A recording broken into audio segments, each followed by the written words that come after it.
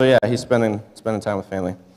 And honestly, Joel is largely due, that didn't make sense.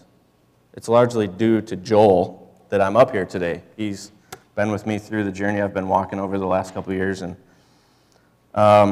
he's been there when I needed him, and he's listened to me and answered questions, and he's just been on the journey with me and helping me through it. So he's really a dear friend to me.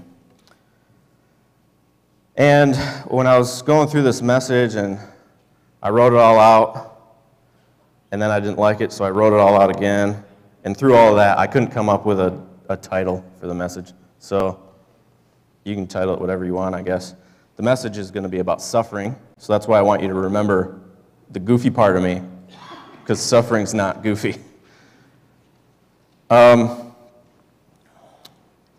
Before I jump into the message, there's some things I want to cover just as like a baseline.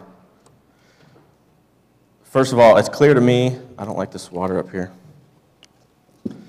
It's clear to me that there are people all over the world, even in this room, who will experience suffering in a greater and different way than I have, and probably ever will. So I want to make that clear.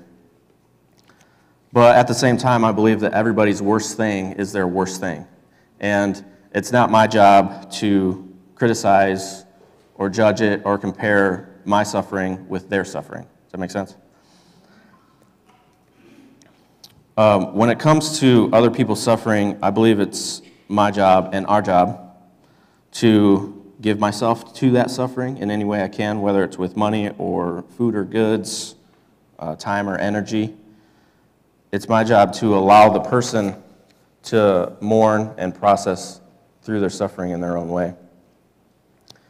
And I just need to say that when people are suffering and they're down and they're hurting, saying things like, you just need more faith, or just trust in Jesus, or you just got to give it to God, those things, although they're true, when they're said to somebody who's hurting, really all it does is imply that they're not already doing those things.